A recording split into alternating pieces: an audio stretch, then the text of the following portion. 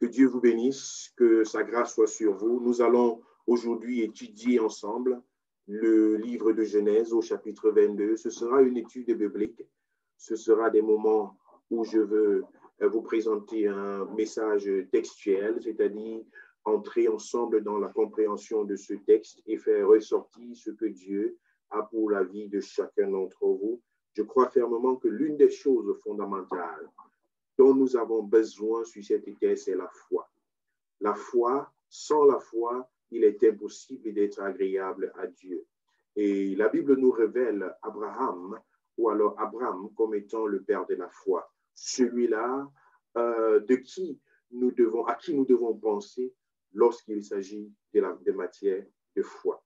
Et nous rentrons donc dans la Genèse des Écritures au chapitre 22 pour voir un acte incroyable que Abraham a posé et qui nous interpelle, nous tous, aujourd'hui, et qui est l'un des actes de foi qui n'a jamais été posé sur cette terre. Mais nous allons voir, à travers cet acte, l'image du sacrifice de Jésus-Christ qui est venu pour nous apporter l'occasion d'être réconciliés avec Dieu.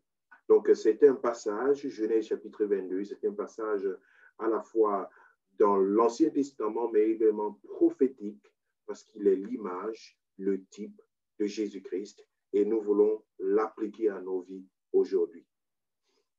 Genèse au chapitre 22, je m'en vais faire une lecture en espérant que vous êtes à la ligne avec moi et que vous avez vos Bibles en main. Ceux et celles qui ne l'ont pas, vous avez l'occasion de le suivre ici à l'écran, et je conseille fortement d'avoir vos Bibles afin de pouvoir, n'est-ce pas, être avec nous dans cette orientation.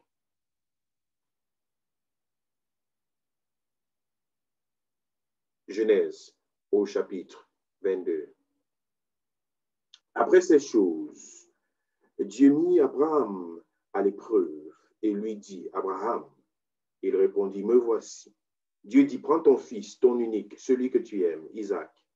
Va-t'en au pays de Morija et là, offre-le en holocauste sur l'une des montagnes que je te dirai. Abraham se leva de bon matin, sella son âne et prit avec lui 2 serviteurs et son fils Isaac. Il fendit du bois pour l'holocauste et partit pour aller au lieu que Dieu lui avait dit. Le 3e jour, Abraham, levant les yeux, vit le lieu de loin et Abraham dit à ses serviteurs, restez ici avec l'âne. Moi et le jeune homme, nous irons jusque-là pour adorer et nous reviendrons auprès de vous. Abraham prit le bois pour l'holocauste, le chargea sur son fils Isaac et porta dans sa main le feu et le couteau. Et ils marchèrent tous deux ensemble. Alors Isaac, parlant à Abraham, son père, dit, mon père. Et il répondit, me voici, mon fils. Isaac reprit, voici le feu et le bois, mais où est l'agneau pour l'holocauste? Abraham répondit, mon fils, Dieu se pourvoira lui-même de l'agneau pour l'holocauste. Et ils marchèrent tous deux ensemble. Lorsqu'ils furent arrivés au lieu que Dieu lui avait dit, Abraham il éleva un autel et rangea le bois. Il lia son fils Isaac et le mit sur l'autel, par-dessus le bois. Puis Abraham étendit la main et le prit le couteau pour égorger son fils. Alors, l'ange de l'Éternel l'appela des cieux et dit, Abraham, Abraham. Il répondit, me voici. L'ange dit, n'avance pas ta main sur l'enfant et ne lui fais rien, car je sais maintenant que tu crains Dieu et que tu ne m'as pas refusé ton fils, ton unique. Abraham leva les yeux et vit derrière lui un bélier retenu dans un buisson par les cornes. Et Abraham alla prendre le bélier et l'offrit en holocauste à la place de son fils. Abraham donna à ce lieu le nom de Jéhovah-Jireh. C'est pourquoi l'on dit aujourd'hui à la montagne de l'Éternel, il sera pourvu.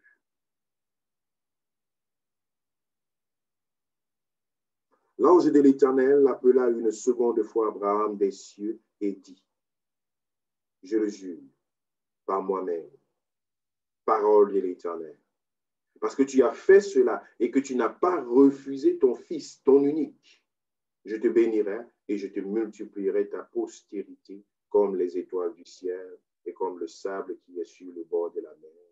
Et ta postérité possédera la porte de ses ennemis. Toutes les nations de la terre seront bénies en ta postérité, parce que tu as obéi à ma voix. Abraham étant retourné vers ses serviteurs, ils se levèrent et s'en allèrent ensemble à Beersheba, car Abraham demeurait à Beersheba. Amen. Il faut l'avouer, c'est une histoire folle à la compréhension de l'homme. Restons humains, restons charnels tels que nous le sommes.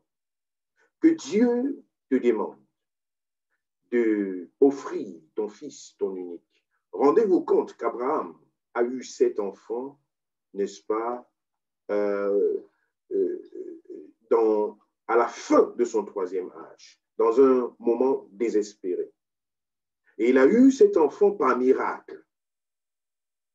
Il ne s'y attendait pas et Dieu lui a dit, je veux te bénir, je veux te donner un enfant. Il a eu l'enfant, il a investi dans cet enfant, son unique, tout son espoir, de toute sa postérité. Rendez-vous compte qu'Abraham était un homme riche, un homme fort riche. La Bible nous dit qu'il avait au moins 325 serviteurs. Et quand on parle de 325 serviteurs, il s'agit des personnes qui sont responsables, qui ont des familles, qui sont assis. Donc, Abraham pouvait donc être à la charge de 2000 personnes. Si vous voulez prendre les 300 serviteurs et regarder les personnes qui sont sous leur responsabilité. Et en dehors d'eux, Abraham avait des serviteurs, c'est-à-dire des bergers dans le champ.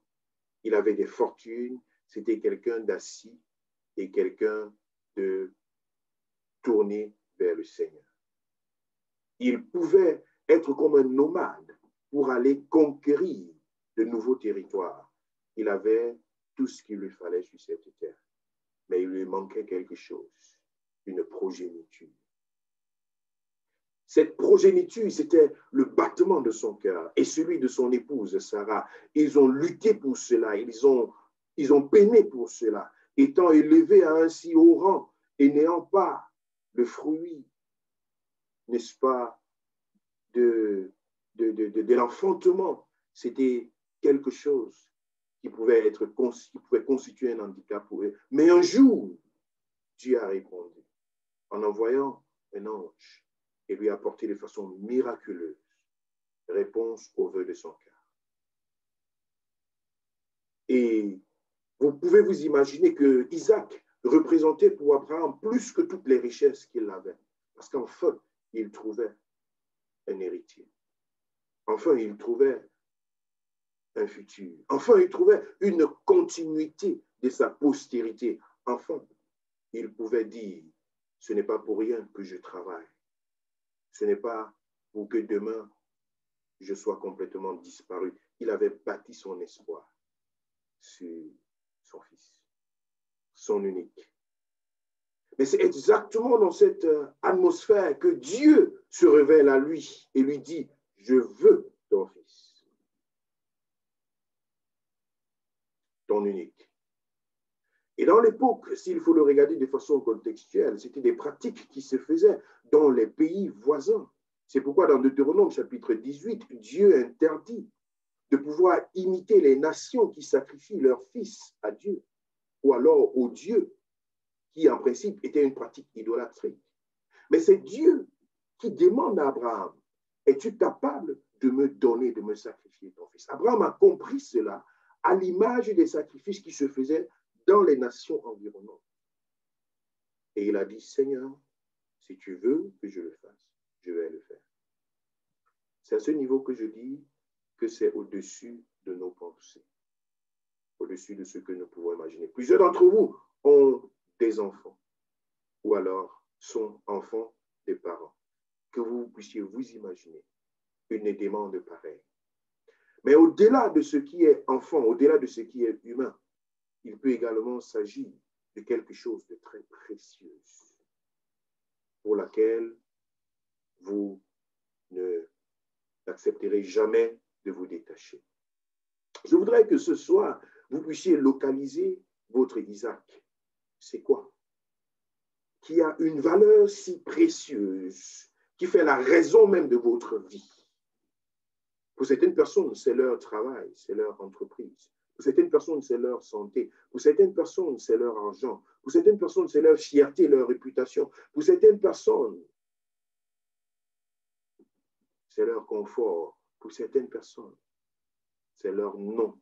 Pour certaines personnes, c'est leur mari, leur femme. Pour certaines personnes, il y a quelque chose où c'est tellement précieux pour toi, tu as pleuré longtemps et le Seigneur te l'a donné. Tu as reçu cela par miracle comme quelque chose qui te différencie de beaucoup d'autres personnes.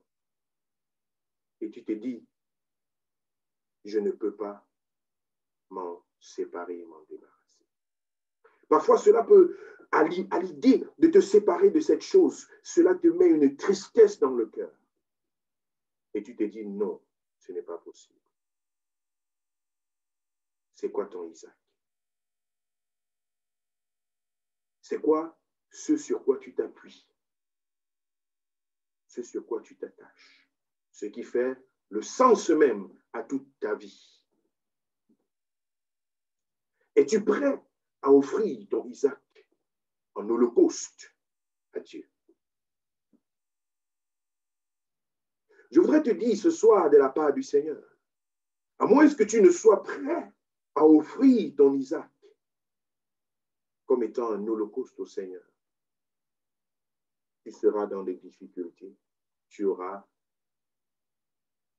seras départagé. Ton amour pour le Seigneur sera départagé. Et tu risquerais de ne pas tenir devant l'oppression, j'allais dire devant les secousses. Job avait plus qu'un Isaac dans sa vie. Job avait plus qu'un Isaac dans sa vie. Il était attaché au Seigneur, attaché de façon ferme au Seigneur. Si ferme que Dieu s'en vantait. La Bible nous révèle que Satan, faisant une balade, une promenade, Dieu lui demande, as-tu vu mon serviteur Job? Dieu se vante de lui. Parce que Dieu connaît que Job, malgré sa richesse, il était autant riche qu'Abraham. Les richesses de Job étaient extraordinaires. Il était extrêmement riche. Mais sa richesse n'avait pas pris la place de Dieu. Ce qu'il possédait n'était pas son Isaac. Cela nous est révélé dans tout le livre de Job. Pourquoi? Parce que Satan a réclamé exactement ce qu'il croyait être le Isaac de Job. Il dit, Seigneur, il t'aime comme ça parce que tu l'as béni. Il t'aime comme ça parce que tu lui as donné des enfants. Il t'aime comme ça parce que tu lui as donné des richesses. Il t'aime comme ça parce qu'il a des serviteurs, parce qu'il a des maisons. Il t'aime comme ça parce qu'il est en bonne santé. Il t'aime comme ça parce que tu lui as donné encore le sourire. Il t'aime comme ça parce que tu as répondu à ses prières hier. Il t'aime comme ça parce que. Dieu lui dit, mais non, Job que je connais, il ne dépend pas de ces choses. Il ne dépend pas de mes actions. Il ne dépend pas de si j'agis ou si je n'agis pas. Le Job que je connais,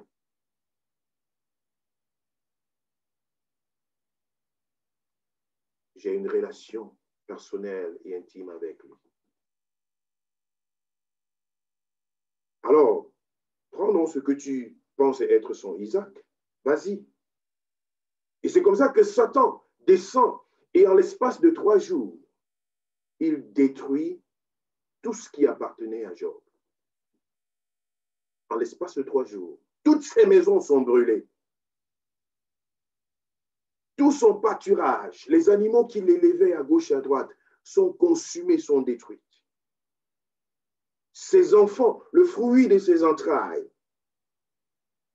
7 enfants, ils sont complètement tués. En l'espace de 3 jours, Job a tout perdu. Et la Bible dit il ne broncha pas contre Dieu. Ce n'était pas ça son Isaac.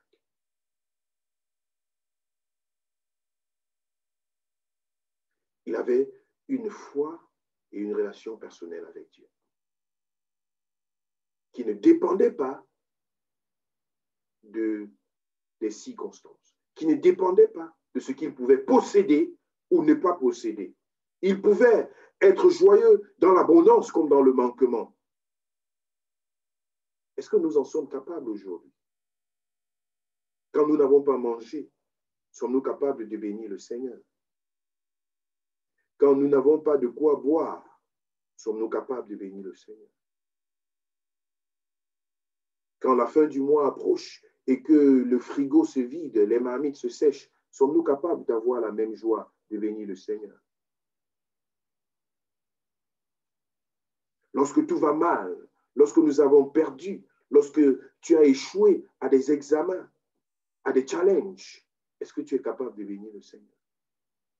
Ton Isaac est-il touchable? Est-il atteignable? Est-il exposé?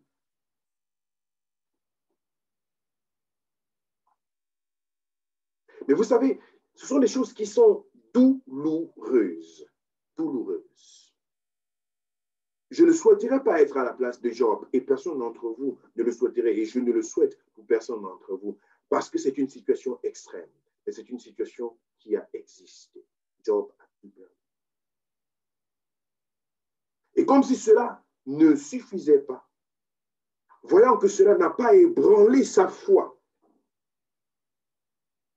que cela n'était pas son Isaac,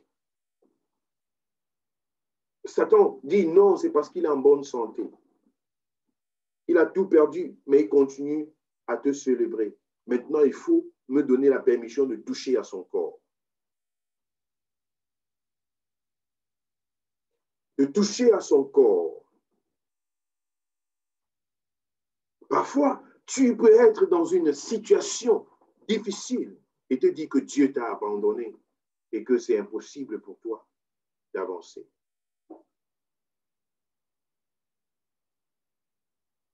Mais Dieu ici a permis et Job a été touché.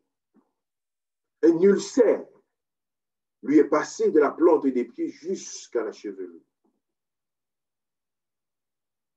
Ses amis qui étaient avec lui se sont relayés à ses côtés pendant sa douleur. Une douleur continuelle et, j'allais dire, vraiment atroce. Quand on parle d'un ulcère qui te traverse les os, tu as mal, mais tu ne sais même plus que tu as mal. Tu ne peux plus définir la douleur. Tout ce qu'on peut te donner, les morphones et tout ce qu'on peut te donner antidouleur, c'est sans effet, parce que c'est une douleur qui te traverse les os. Donc, il était constamment sous une douleur extrême. Nous avons mal, tout simplement, à nous imaginer ce schéma-là. Ça nous fait déjà mal. Mais il ne sentait pas seulement le mal, il vivait ce mal. Et dans cette dimension, il recevait encore des charges morales de la part de ses amis, ses soi-disant amis, qui venaient chaque jour à tour de rôle pour lui dire, mon ami, ce qui t'arrive là, tu es fautif, tu as péché quelque part, tu as dégamé quelque part, ta vie là n'est pas en ordre. Job se sentait davantage accusé et de l'intérieur oppressé et de l'extérieur accusé. Il n'était pas seulement souffrant physiquement, mais il avait une charge morale, une accusation permanente. Et même sa femme, qui était supposée être son aide, à côte de sa côte, elle lui dit, maudit Dieu et meurt. Donc une situation plus extrême que ça, je ne peux pas l'imaginer, en dehors de Jésus-Christ sur la croix.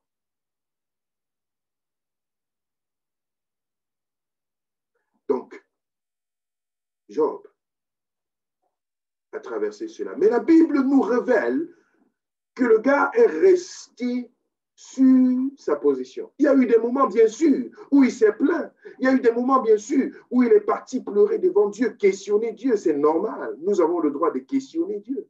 Il y a des moments où il s'est retrouvé ébranlé sur lui-même et demandé à Dieu, mais qu'est-ce qui se passe? Est-ce que tu es où?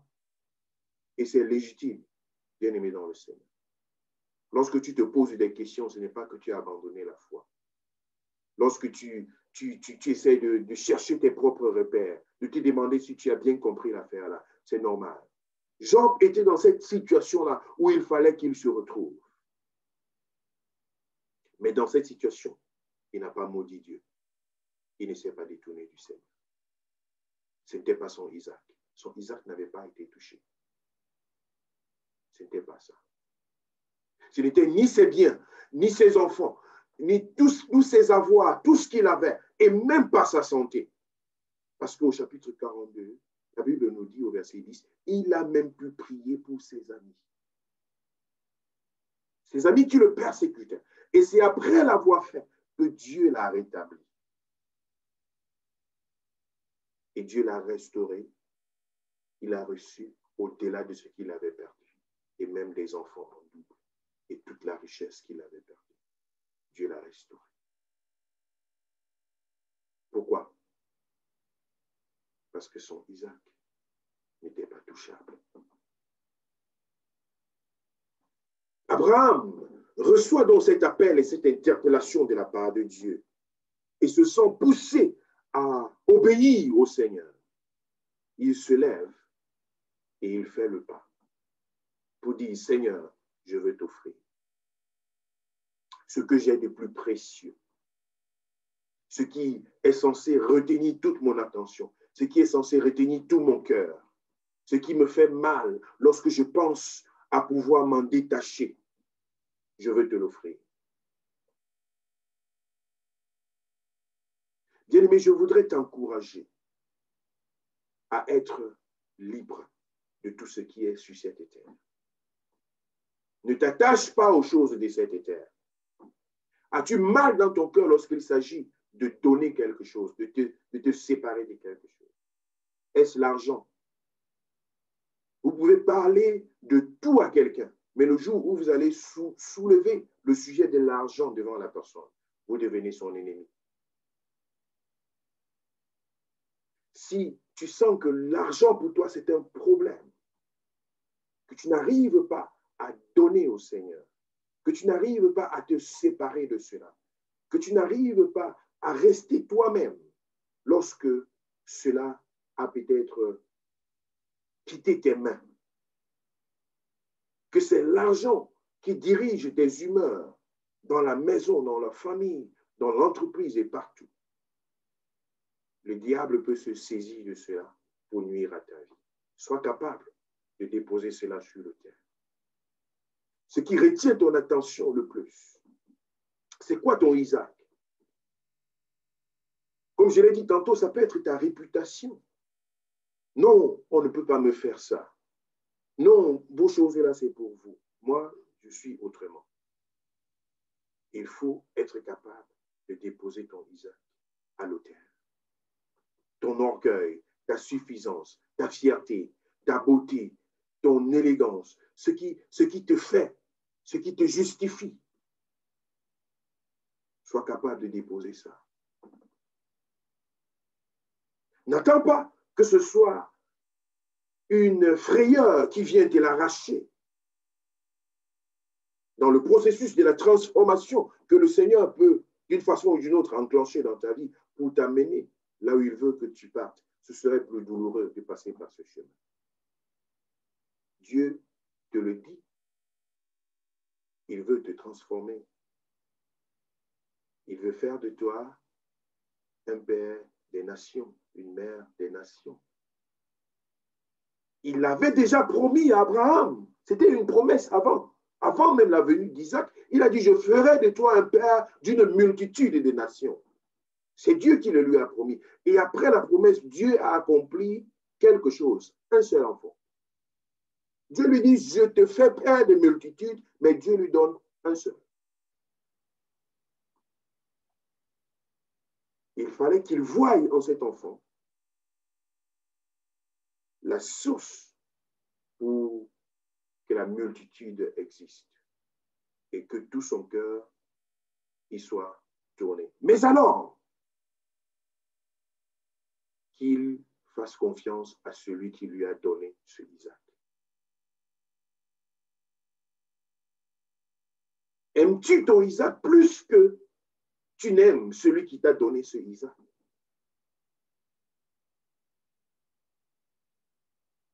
Es-tu prêt à servir Dieu? Es-tu prêt à consacrer ta vie au Seigneur? Ou alors as-tu des Isaac dans ta vie qui te l'empêchent?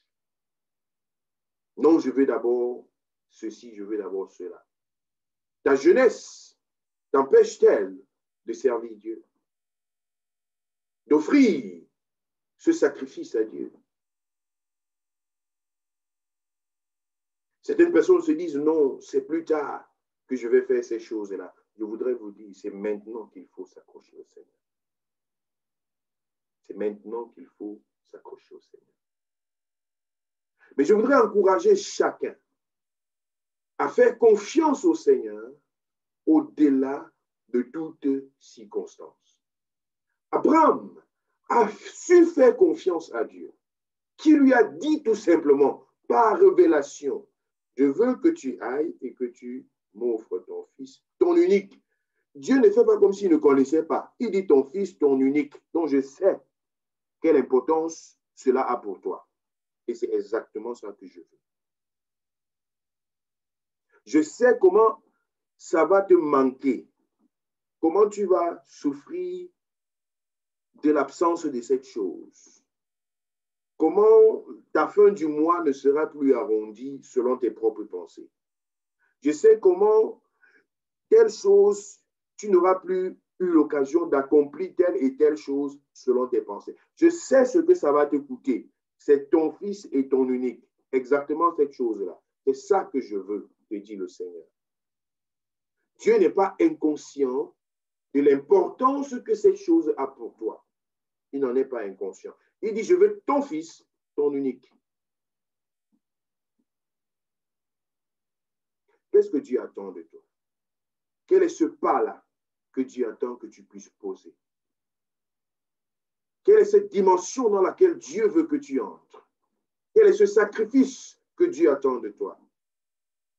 Pour que tu puisses exceller dans sa présence, que tu sois davantage plus proche de lui, que tu lui offres un parfum de bonne odeur, que tu sois là où il veut que tu sois à ses pieds et à ses côtés. Quel est ce sacrifice que Dieu attend de toi?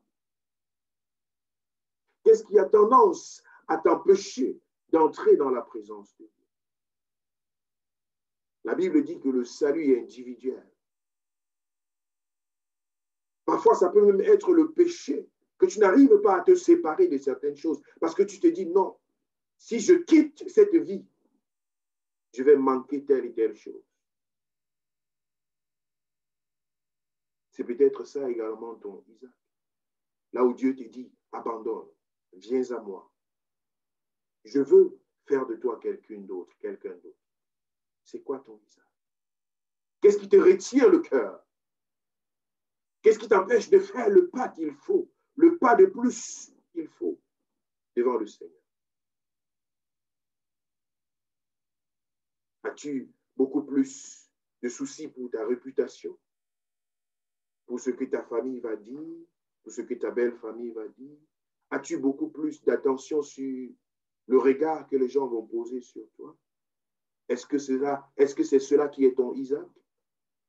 Es-tu prêt à accepter la honte pour le nom du Seigneur Jésus? Es-tu prêt à te mettre même sur le marché pour crier le nom de Jésus? Es-tu prêt à sacrifier ce Isaac qui t'est si cher?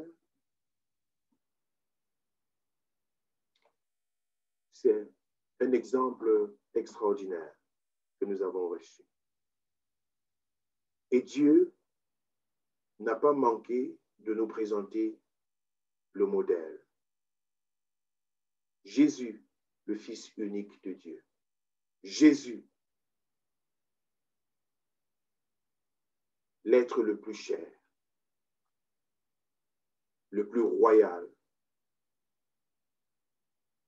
le plus resplendissant dans la gloire. il a accepté de descendre sur cette terre, de naître d'une femme, de traverser tout ce que nous connaissons sur le chemin du calvaire pour mourir à la croix pour nous. Il n'a pas échappé. Isaac a échappé par la grâce de Dieu, que l'ange est intervenu pendant que le couteau était déjà à côté de sa gorge. Mais Jésus n'a pas échappé à la crucifixion. Et la Bible le présente comme étant l'agneau de Dieu qui ôte le péché du monde, le sacrifice suprême, l'agneau parfait, crucifié pour nos péchés, pour nos fautes. Dieu n'a pas fait les choses à moitié. Il a donné le meilleur, son Fils unique. Mourir pour le salut de l'humanité tout entière. À combien plus forte raison ne devrions-nous pas être prêts à nous sacrifier, comme il le dit dans Romains chapitre 12, au premier verset. Il dit, offrez donc vos corps en sacrifice, comme un sacrifice vivant, ce qui sera de votre part un culte raisonnable. Dieu nous interpelle à nous offrir, à offrir le meilleur de nous-mêmes. Bien-aimés, en cette période où nous engageons les 3 derniers mois de cette année, je voudrais t'interpeller à regarder ta vie. Y a-t-il des portes qui sont restées fermées dans ta vie, dans ton cœur? Des endroits où le Seigneur n'a pas accès? Des choses que tu possèdes encore pour toi-même et que tu te dis, Seigneur, je ne peux pas te le donner. C'est précieux pour moi. Je ne peux pas abandonner ça. C'est précieux pour moi. Seigneur, c'est même toi qui me l'as donné, mais ceci a gagné mon attention et je ne voudrais pas m'en séparer. Y a-t-il des choses dans ta vie où tu te dis, ceci est mon Isaac, précieux pour moi? Peut-être c'est ta maison, peut-être c'est ta voiture, peut-être c'est quelque chose que tu as et que tu t'es dit, je ne peux jamais m'en séparer. Le jour où je vais me séparer de ça, je vais maudire Dieu. Peut-être tu ne le dis pas hautement, mais tu le ressens au fond de ton cœur, que c'est la preuve de ton existence. J'ai rencontré une jeune fille qui avait déjà traversé des moments difficiles dans sa vie,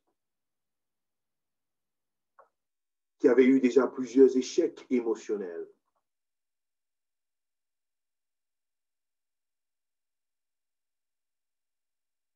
Des fiançailles interrompues, des mariages brisés et plus tard, elle se retrouve dans une relation où elle se sent réconfortée, elle se sent bâtie, elle se sent véritablement dans le repère qu'il lui faut. Et elle s'engage. Et dans cet engagement de se marier, tout est arrangé, tout est préparé. Les familles sont informées, la dot est faite, les cérémonies sont préparées, les familles sont annoncées, sont informées, les amis dans le monde entier sont informés. Et tout est prêt. Et le jeune garçon, dans un voyage, est victime d'une crise cardiaque et meurt à la fleur de l'âge. Et elle se retrouve dans le fossé et se dit, où suis-je? Dieu m'a-t-il abandonné?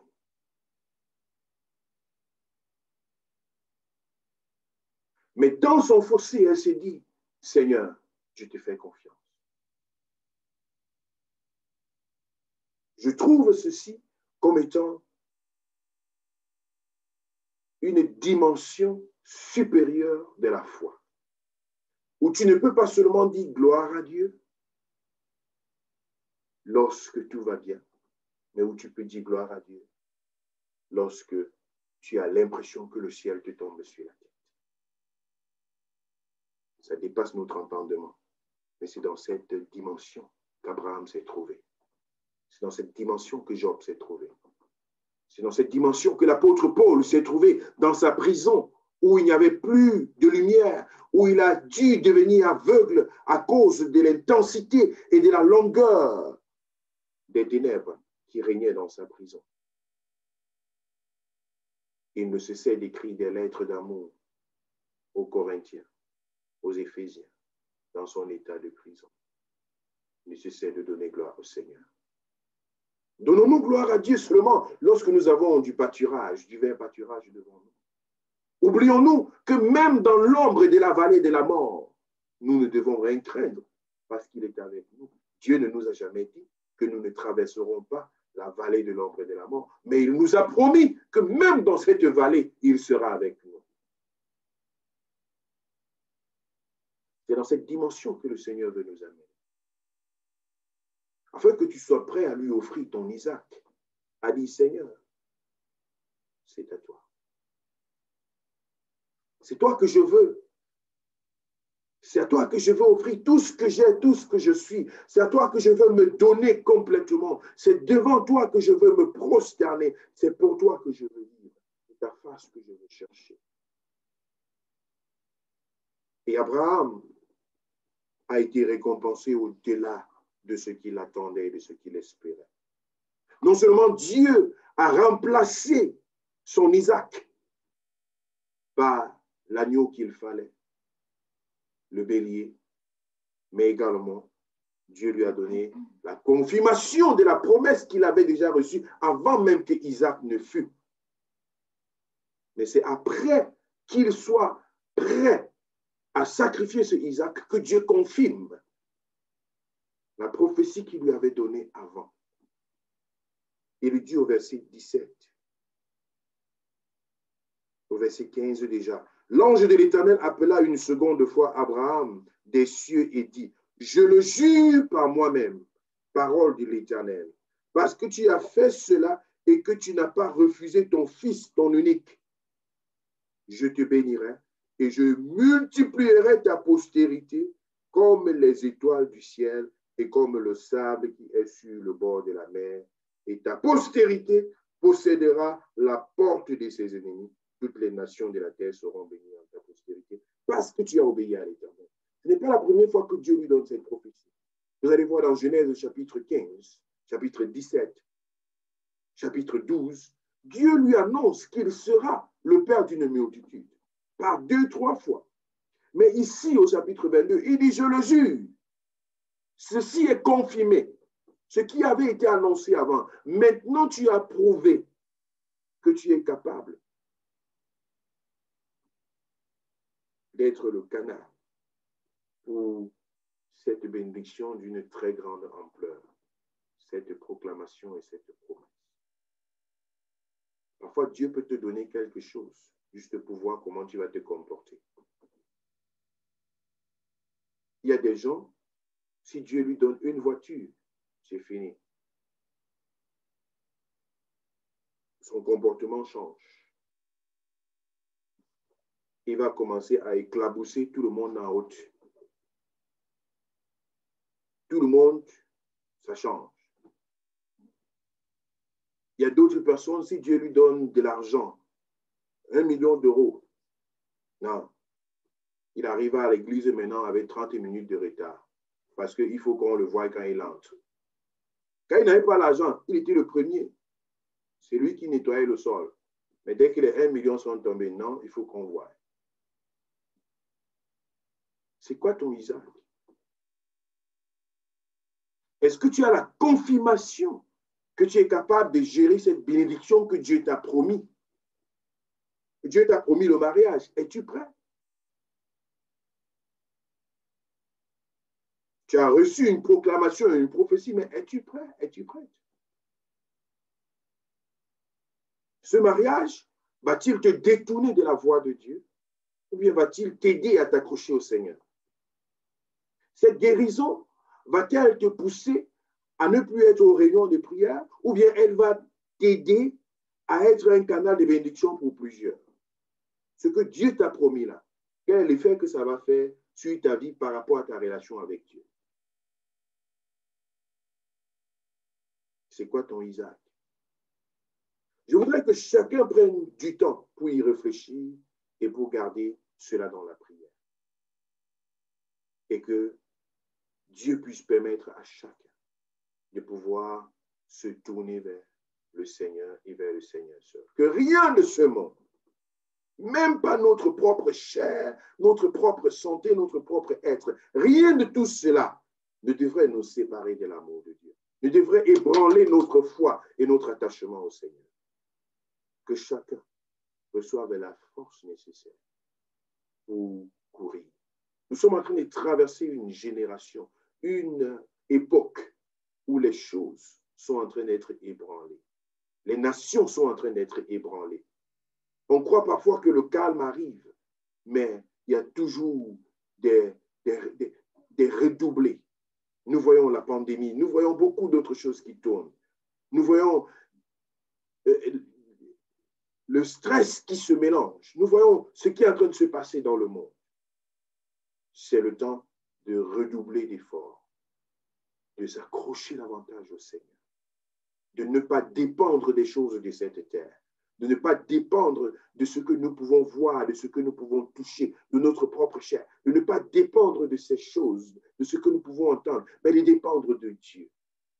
C'est dans cette dimension que la foi s'opère. Et c'est là où je voudrais encourager chacun d'entre vous. Que Dieu bénisse chacun, que votre foi soit soutenue, que chacun aille à cette dimension d'être capable d'offrir et de sacrifier le Isaac de sa vie. Peu importe le prix que cela peut payer, peut coûter, que la grâce du Seigneur, sa force vous soit donnée et son soutien vous soit accordé. Soyez encouragés dans votre foi et dans votre attachement avec le Seigneur. Même lorsque tout va mal, même lorsque le monde se détourne de vous, que votre foi soit inébranlée, inébranlable et perpétuelle et permanente. Soyez comblés, soyez bénis, soyez encouragés. Jésus a dit, lorsque le Fils de l'homme viendra, trouvera-t-il encore la foi sur la terre? Je voudrais t'inviter à être de ceux-là qui répondent par oui, Seigneur, tu trouveras encore la foi sur la terre, parce que je serai là au jour de ton avènement. Même si je suis mort, Seigneur, je ressusciterai étant un homme de foi et un homme de confiance. Il faut que tu sois capable de dire oui à cette question. Je le déclare et je le proclame dans ta vie par le nom de Jésus. Amen. Que Dieu vous bénisse.